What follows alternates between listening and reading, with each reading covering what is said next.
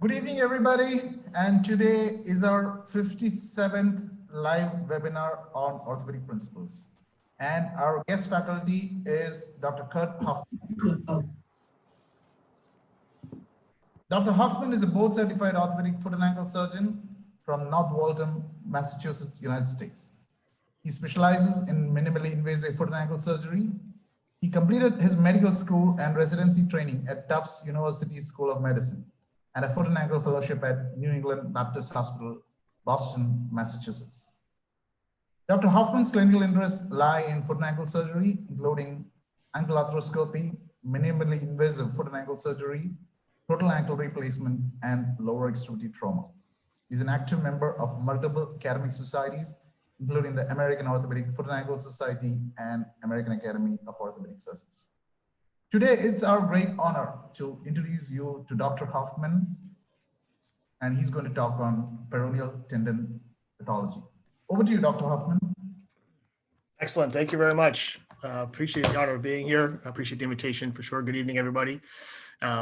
This is going to be an overview of sort of all things peroneal tendon pathology.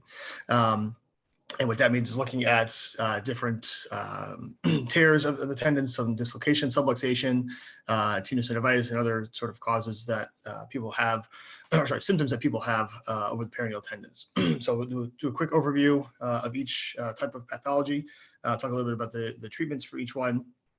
Feel free to ask any questions either along the way, or we'll save some time at the end for questions as well. All right. So nothing to disclose from my standpoint. Again, I have society memberships for the AOS and AOFAS. Okay, so let's talk a little bit about the peroneal tendons in general. So they are located behind the fibula and the fibular groove. There is a fibrocartilaginous rim, which you can see circled here, that encompasses the superior peroneal retinaculum. That is, again, part fibrous tissue, part cartilage, and attaches along the posterolateral ridge of the fibula. There's different morphologies to the fibular groove, and that some are more concave or convex than others. This does cause some potential symptoms, increases potential risk for things like subluxation and dislocation. So it's a very important structure in and of itself. The peroneal tendons, you can see denoted down here.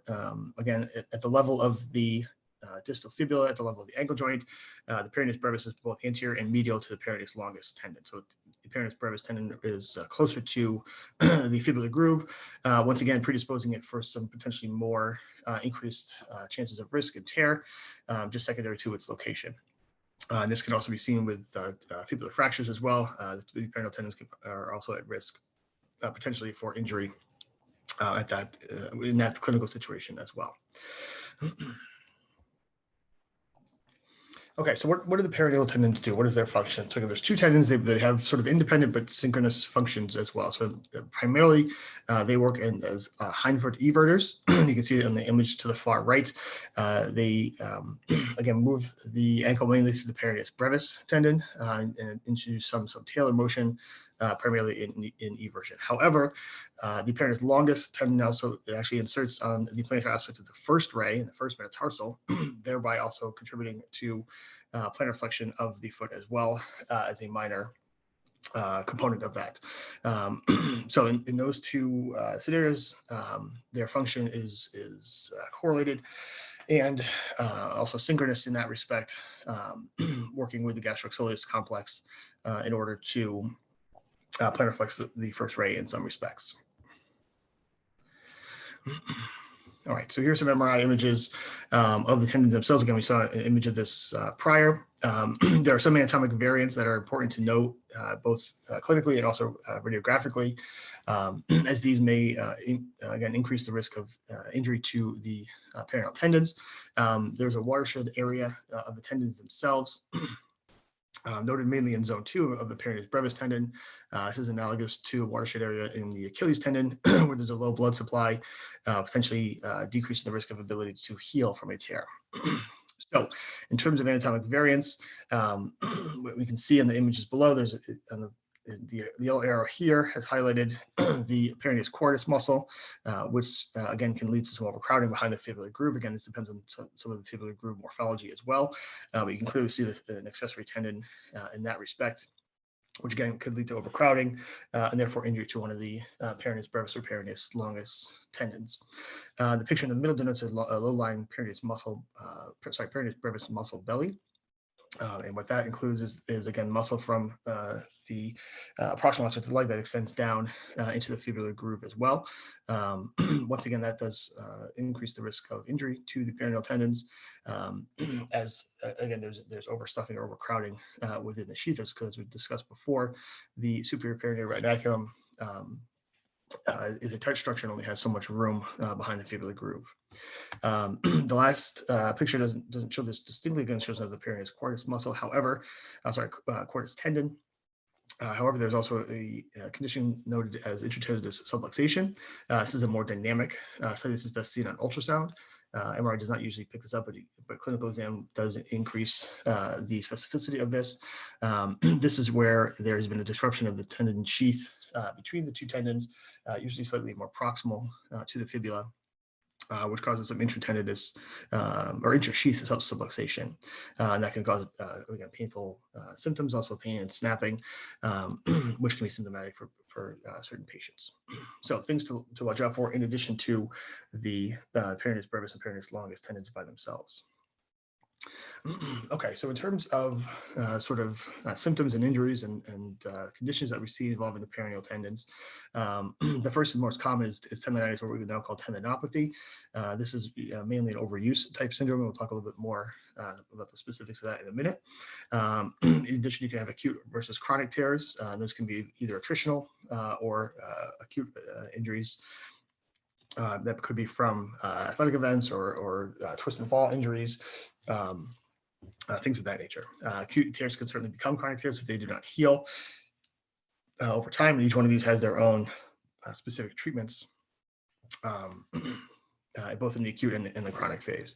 And then the most severe sort of pathology is a subluxation or dislocation of the tendons. This can involve either one or both of the tendons. In addition, there can be subtle subluxation versus frank dislocation, each of which is, again, denotes an injury to the superior peroneal retinaculum. And what that would cause is either clinical and sort of obvious dislocation where the tendons can be seen outside of the groove, or something more subtle that happens only with certain activities. That can lead to subtle subluxation, which can be symptomatic for certain patients.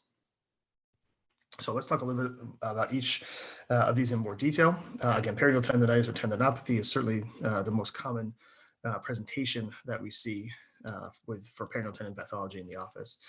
In general, these are active patients who have either picked up a new activity or have been trying to increase their activities in some way. In general, they complain of pain and swelling over the posterior lateral aspect of the ankle. They may or may not have tendinous palpation depending on their level of symptoms. However, the pain is usually reproduced with a provocative testing in the office, being resisted eversion and or plantar flexion, depending on which tendon may be involved. Usually swelling is relatively distinct. Again, these are relatively superficial structures. Therefore, any swelling within the peroneal tendon sheath is relatively obvious on a physical exam. The picture to the right denotes someone with a cave of varus foot or varus heel alignment. This is known to place the peroneal tendons and the additional lateral ankle structures at higher risk. These patients have an inherent increased risk of peroneal tendon pathology. So anytime you're performing an exam on someone that's either been recently injured or complaining of pain of the peroneal tendons, standing exam is important to see what their hind foot alignment is. Okay, so in general, treatment is non-operative for patients that present with tendonitis and tendinopathy. These, most straightforward conservative treatments, rest, activity modification, or anti-inflammatories. There are certainly times where we will place patients in a fracture route for mobilization if their symptoms are significant and they're having difficulty weight bearing. Occasionally, we'll make them non-weight bearing, although that's not usually that common. Once they are able to weight bear more comfortably, then we usually transition them to a course of physical therapy in order to continue to rehabilitate the ankle and foot so that they can recover from their initial presentation, but also not develop those types of symptoms in the future. And again, lastly, on the bottom right here, you can see a picture of a Coleman block test, which is important, again, to look for their possible varus hindfoot. Once again, that predisposes patients to these types of symptoms and injuries. So in addition to ankle bracing and physical therapy, you want to make sure that you're correcting their foot to a more plantar foot. And this usually consists of an orthotic of some kind with a lateral heel wedge or lateral posting. But again, it's important to know whether the varus is coming from the forefoot or from the hindfoot, as this is a different type of orthotic. Again, this is more preventative in nature, doesn't necessarily treat their acute symptoms, but again, is helpful to prevent these symptoms from recurring. Now, every so often, these patients do not get better with conservative treatments, which has to raise your concern for possible peroneal tendon tear.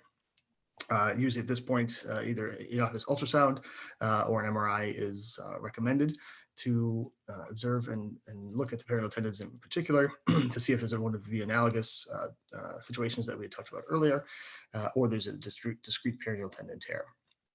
On an MRI, you can see a variety of different findings. Again, some of the things that we talked about earlier. The T2 weighted image is best to look for some fluid within the tendon sheath. It's usually termed tenosynovitis. In addition, it allows you to see if there's evidence of that low-lying peroneus brevis muscle belly, which is what we see depicted on the image to the right here. You can see how far down the muscle belly is here compared to the tendon here behind the fibula. So again, that causes overcrowding. Again, that's not necessarily symptomatic in and of itself, although it can be. But again, leads you to further understand their anatomic morphology of the peroneal tendons, and therefore what they are able to, what they may be predisposed to. So in terms of patients that are continuing to experience the symptoms following the course of physical therapy, as I was saying, in terms of MRI and diagnostic ultrasound for peroneal tendinopathy, tendonitis, is important prior to proceeding with surgery. Once again, ultrasound is a better test looking for dynamic instability or some intratendinous subluxation. MRI is not 100% sensitive or specific for peroneal tendon tear. Therefore, sometimes intraoperative visualization is necessary for these patients that are not recovering or the symptoms are not improving with conservative care. So in terms of different surgical procedures, there is both open and tendoscopic approaches for this. We are getting away from the open approach as it does usually necessitate taking down the superior peroneal retinaculum. That then needs to be repaired to prevent any iatrogenic chances of subluxation or dislocation, and that slows down patient recovery. So the tendoscopy does allow visualization of the tendons. It also allows the ability to treat some tenosynovitis. If there's any scar tissue within the sheath and any sort of intra-sheath pathology. Also allows for direct visualization of the peroneal tendons in order to see if there's a tear that needs to be addressed at the same time. So we're shifting more to tendoscopic type procedures. Here's a general setup for this type of case. The picture on the top left shows our standard portals, both above and below the superior peroneal retinaculum. This allows you both visualization and also the ability to treat. The picture on the top right is again using standard arthroscopic instruments with a 2.7 millimeter arthroscope, usually a 2.5 or 2.9 millimeter shaver. The picture on the bottom left, you can see the two tendons, both the brevis on the left-hand side and the longus on the right-hand side, as well as some intratendinous scar tissue, which is formed likely from this patient's tenosynovitis. What you can see is both tendons look intact. There's no evidence of tearing or tendinopathy of the tendons themselves. In addition, the fibular groove also is intact. So what you can see, again, with the shaver introduced, is you can debride some of that intratendinous scar tissue and tenosynovitis. Allows you to flush out the tendon sheath as well. But this allows us to keep the superior peroneal retinaculum intact and allows us to mobilize and rehabilitate these patients faster without a prolonged period of immobilization. Okay, so next topic is sort of analogous to the next step forward from tenosynovitis is when a patient has a confirmed peroneal tendon tear. Once again, symptoms are very similar to peroneal tendonitis, pain and swelling along the peroneal tendon sheath. May or may not have had an acute injury. Most patients, or some patients will recall an injury at some time in the past. The majority of patients that I see have already had symptoms for several months or and had some treatments prior, either on their own or with another provider. So it's rare to see somebody acutely after their injury for a peroneal tendon tear. Usually those patients will present with symptoms of an ankle sprain or possible ankle fracture, some of the lateral ankle pathology. Most importantly, these can be associated with lateral ankle instability. This causes obviously increased risk to the peroneal tendons as ligamentous structures are not strong enough to continue to stabilize the ankle. What that means is the peroneal tendons tend to work overtime and therefore are higher risk for tearing, period. This also goes in line with what we had talked about earlier in terms of additional pathology and additional structures that may be found within the peroneal tendon sheath. Any of this low-lying muscle belly or accessory tendons can again put the peroneus brevis or peroneus longus at higher risk, period. Once again, the peroneus brevis tendon is at higher risk secondary to its closer proximity to the fibula. So in general, treatment is similar in terms of initially being conservative with some sort of type of immobilization and or a period of non-weight bearing. Once again, a course of physical therapy is also usually initiated in an attempt to rehabilitate both the ankle and tendon itself. However, this does have a high failure rate, and majority of these peroneal tendons tears themselves have a difficulty healing on their own. And this goes back to the watershed area that we were talking about earlier in terms of the difficulty with blood supply, certainly mainly in zone 2 in the area behind the fibula. Once again, MRI is usually obtained, which allows more distinct 3D visualization of the tendon themselves. Again, not 100% specific to be able to see a tendon tear. However, it does give you a higher rate of specificity than ultrasound or obviously X-ray.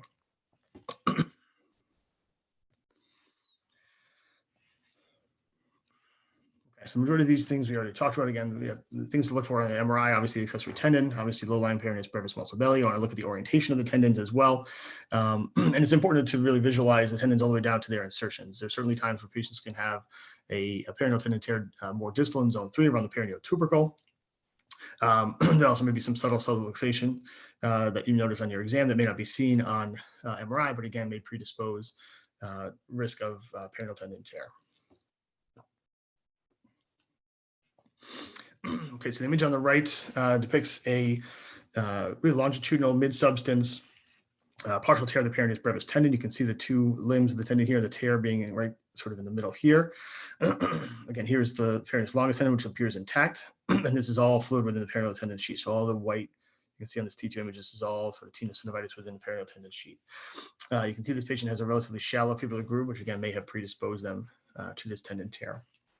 So this is what these normally look like on an MRI. Again, the tears in general are longitudinal. In general, they're usually partial.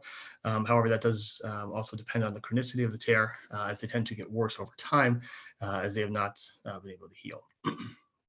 In addition, it's also important on the MRI to identify any other pathology, whether it's lateral ankle ligaments, a bony exostosis from the fibula, from the calcaneus, which may have caused this peroneal tendon tear.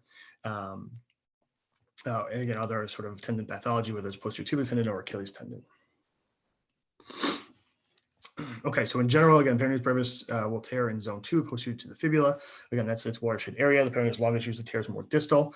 And the peroneus longus has a higher rate of complete rupture, which again tends to be at the level of the cuboid tunnel period. This does predispose, as there is again a bony prominence in this area, similar to the curvature of the fibular groove and the peroneus brevis tendon.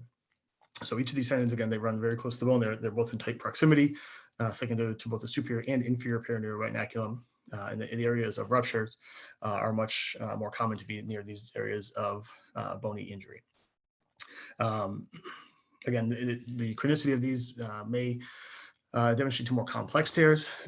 Again, as a simple tear, usually longitudinal, that's usually what can be seen in an MRI. That's usually more in an acute setting. However, these tears can also propagate both proximally and distally, and also become more complex in terms of their structure and nature over time. So here's an MRI image of a complete peroneus longus rupture. Again, relatively easy to see on an MRI. If you look at slide B here, you can see the intact peroneus brevis tendon here, but there's sort of an empty space here where the peroneus longus should be. And same thing here, you can see, again, here's the fifth metatarsal insertion of the peroneus brevis on this view. Here's the ruptured peroneus longus tendon just behind it. Again, basically at the level of the cuboid tunnel, which is where you would most commonly expect that to tear. There's also patients who have an os perineum in this area. Again, more common with patients who have lateral hindfoot and cavernous foot alignment overall.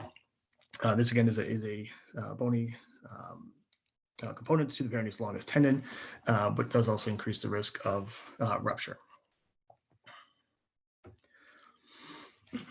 Okay, so in terms of treatment, once again, if non-operative treatment has failed for these patients, in general, if there's a simple longitudinal tear that encompasses less than 50% of the tendon, primary tendon repair is preferred.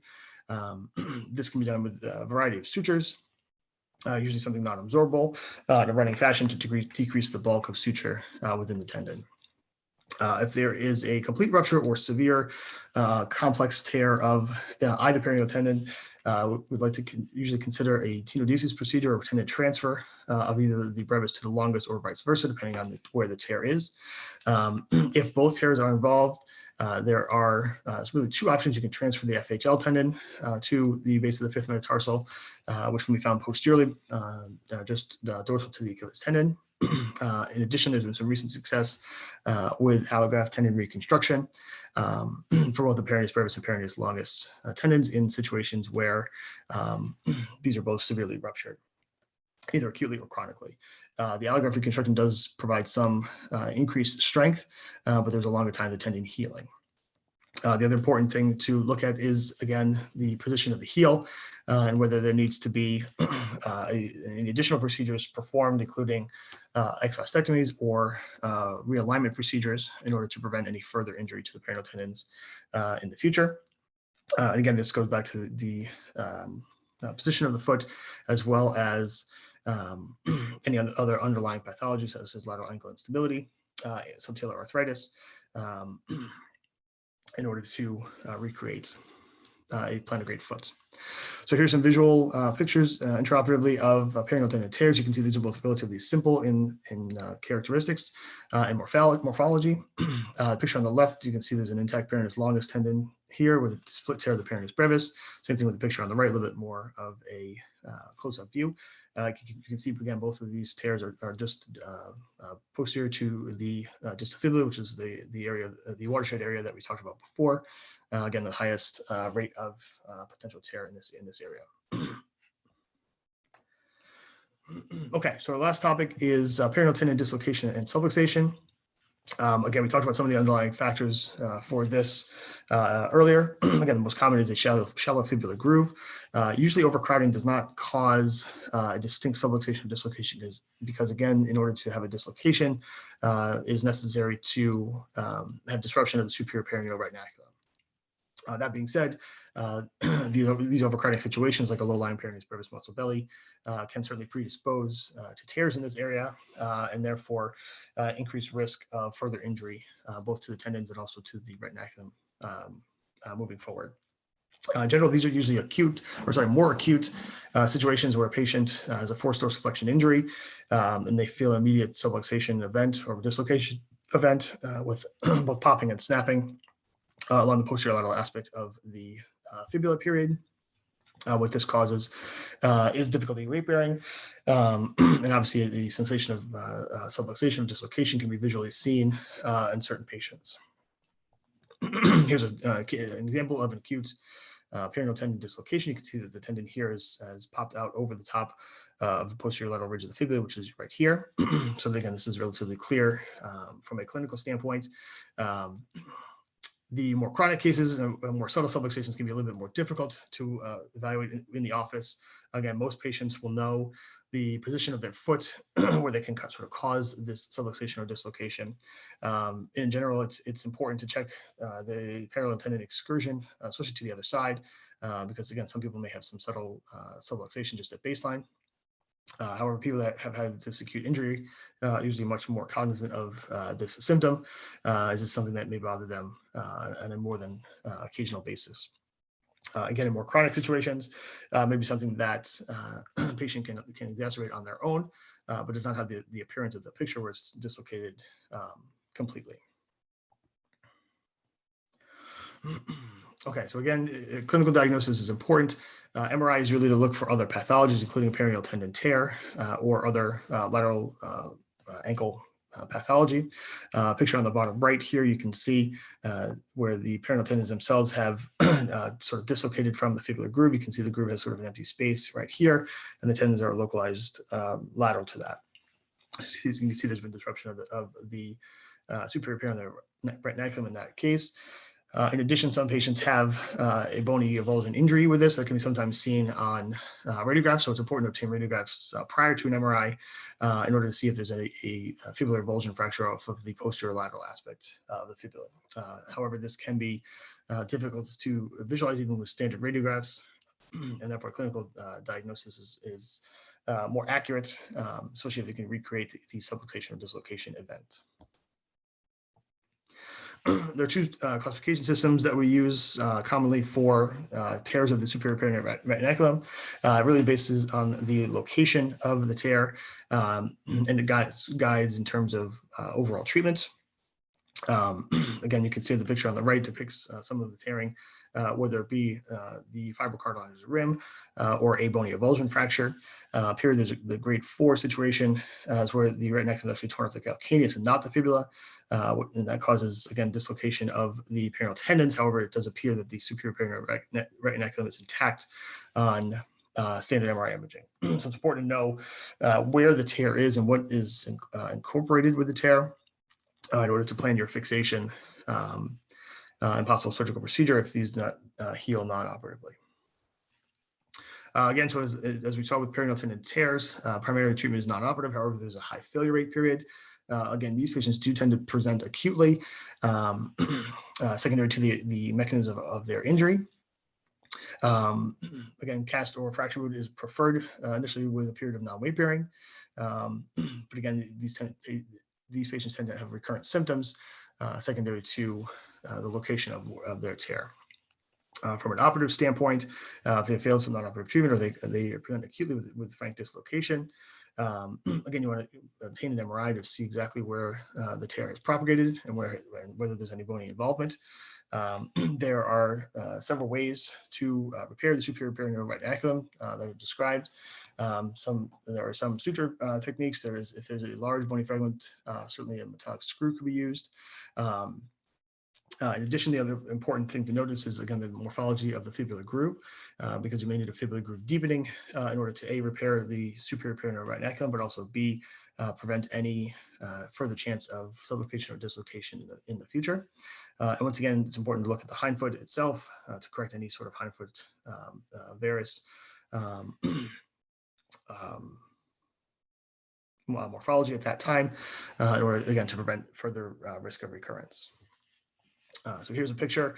Intraoperatively, you can see the peroneus longus is still contained within its sheath through here. Here's a peroneus brevis tendon that has been dislocated. There's also a partial tear in the tendon that propagates up here.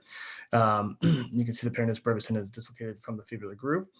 So the next few slides are just some visuals about how we went about repairing this. Once again, here's the brevis tendon. You can see some tendinopathy. You can see that in this case, we debrided the tear as it was very small, less than 10% of the tendon. We then sutured the tendon to sort of retubularize it in order to ensure that it had enough room to fit behind the fibular groove with the peroneus longus tendon as well. This again just allows for more space within the groove. The next step, again, you can see the peroneus brevis tendon being retracted down here with the repair. There's the peroneus longus tendon here. We then take a small osteotome, basically crack the posterior lateral aspect of the fibula, keeping this cartilage groove here intact in order for smooth gliding of the peroneal tendons. This allows us to increase the concavity of the fibular groove, which you can see here. So we then basically collapse that bony fragment back into the fibula metaphysis, which is again relatively soft and can be done with a bone tamp. You can see the depth of the fibular groove at that point, followed by repair of the superior peroneal retinaculum. You can see again, here's the peroneus brevis tendon through here. Here's the peroneus longus tendon here, and here's the piece of the retinaculum that was that had been injured previously. So again, multiple different options in terms of ways to repair this. This is a suture with bone tunnel technique. There certainly are suture anchors that can be used as well. But again, it's important to implicate the superior peroneal retinaculum back to the posterolateral ridge of the fibula, whether it's a bony fixation or soft tissue fixation, in order to prevent the peroneal tendons from subluxating or dislocating again. It's also important following your repair to check your excursion. This also shows up sort of a pants over vest technique in that the more anterior aspect of the fibular periosteum is incorporated into the imbrication as well. This just increases the strength of your repair. And again, it's important to check the excursion of the peroneal tendons before you leave the operating room to ensure that there is no recurrent subluxation or dislocation. Post-operatively, these patients are immobilized for usually 6 weeks before beginning a course of physical therapy, allowing the superior peroneal retinaculum time to heal. Okay, that is the conclusion of that talk. I will take any questions at this point. Thank you, Dr. Hoffmann. Thank you, my pleasure. That is a splendid lecture, and you've covered almost a lot of points on peroneal tendon pathology. There have been a couple of questions that have come up.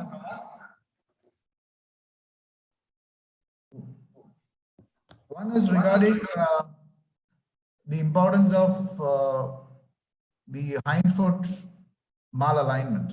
So, do you think that that is the most important factor that needs to be addressed, and that has to be done first? Or what is your take on the hindfoot malalignment scenario? Does that lead to the subluxation or tear? And how often do you encounter that problem?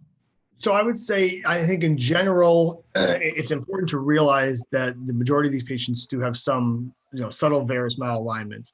I think in most patients, if they have a tear that's more chronic, and that's a single finding, then the tear itself can be addressed. I think in patients that have more global lateral ankle instability or recurrent peroneal tendon tears, certainly somebody with sort of recurrent subluxation or dislocation, I think evaluating the hindfoot alignment is certainly more important.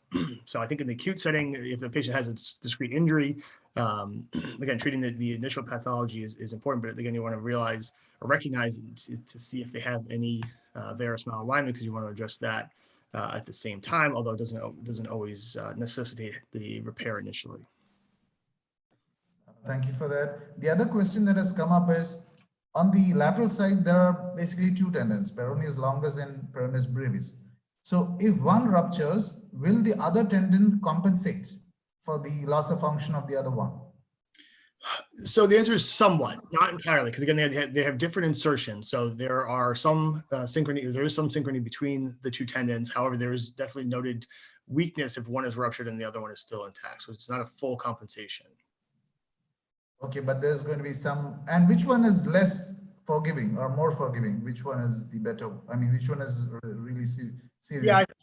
Yeah, I think the peroneus brevis is more forgiving, meaning that people can have tears of that. Again, that's less likely to fully rupture either way. A peroneus longus rupture is much more significant in terms of overall clinical function. Because it is part of the arch mechanism also, isn't it? The peroneus. Correct. Correct. Yeah. So it has that additional function with plantar flexion, also where it extends down to the first ray. So it has more global functions than the peroneus brevis tendon does. And have you seen habitual dislocation? I've seen a patient who's able to dislocate the peroneal tendon at will, but Yes, I have. partially. It's Partially. rare in some pediatric patients. So that's two points on that. One is that it's important to evaluate the other side to see if it is something more, idiopathic essentially. But patients that have ligamentous laxity, things of that nature, it's important to evaluate for that as well, because that may be something that they can again do sort of subjectively. But I think if you make a diagnosis of habitual dislocation, I don't think there's a point for surgery, isn't it? Correct. I agree. I would not operate on that patient. We mostly need to look at rehabilitation protocols, and that's it. Correct. Yeah, and primarily physical therapy, because again, chances are that the surgery will not be successful in that case. And is there a necessity for a graft or a tendon graft? For example, if there's a chronic peroneal tendon tear and that was probably missed, and he comes to you with late problems of gait, do you think the tendon ends could be approximated, or you just need to get a graft in to get it back? So when I see patients that have more chronic situations, I always have a discussion with them about using an allograft tendon, whether it's for partial reconstruction or for tenodesis. I think that's always an option to have sort of in your back pocket. You want to plan for that because sometimes you don't really know what the tendon looks like before you actually get in for the surgery. So yes, there is some value in that. It does improve the strength overall as compared to just a straight tenodesis or tendon transfer procedure. So it does give some increased strength to the repair with an allograft tendon. And then again, there's certainly cases where the tendon is not repairable to itself. And suppose one surgeon is not really prepared with the allograft. So what other options in the foot and ankle do you think we can take? An expendable tendon? Which one of the tendons can we take for a graft? So usually the FHL, the flexor hallucis longus tendon, is the most desirable. It's close by in the area. It's something that we take for Achilles tendon work a lot as well. So if you don't have an allograft available, that's the next best tendon to use. And again, you can anchor that in depending on what the tendon pathology is. You can anchor it in different areas depending on how much length you need overall. What about the peroneus tertius? Tertius, that's slightly on the anterior compartment. Mm-hmm. Do you think that can be used as a graft? I think it can. I think it's a little bit out of phase of the peroneal tendon, so that since it's more anterior, I mean, it has a similar eversion component to it, but the tendon itself is a little bit shorter, so it's harder to transfer with enough length for that. And interestingly, that tendon is very rarely injured or ruptured or torn in any significant way. So it's just interesting, since it's in a different location, I think it's a little bit safer, a little bit less likely to be injured. The other question that has come up is someone wants to know about the bone block procedure that really prevents it from subluxating. So basically, you're increasing the offset of the fibula, right? So that you don't allow the tendon to cross over, isn't it? Correct. Right. You're basically either deepening the groove or using a bone block to create a more stable bony construct, essentially. And by doing that, you make sure that there's enough room for the peroneal tendons to stay kind of behind that bony ridge, that bone block. And again, that can be done with an allograft bone block if necessary as well, if somebody's had a previous failure. But yeah, it's really just trying to increase the space that the peroneal tendons have to move behind the fibula.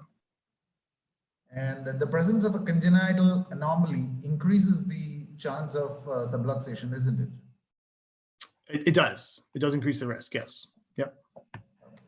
I think that's all the questions that have come up, Dr. Hoffmann. Okay. It is a pleasure to have you on board for our webinar, and it was really enlightening because peroneal tendon is something that is not very commonly discussed, and we have gone into depth into the procedures, into the pathology, and into the etiology. Thank you so much for being with us, and we look forward for one more from your side.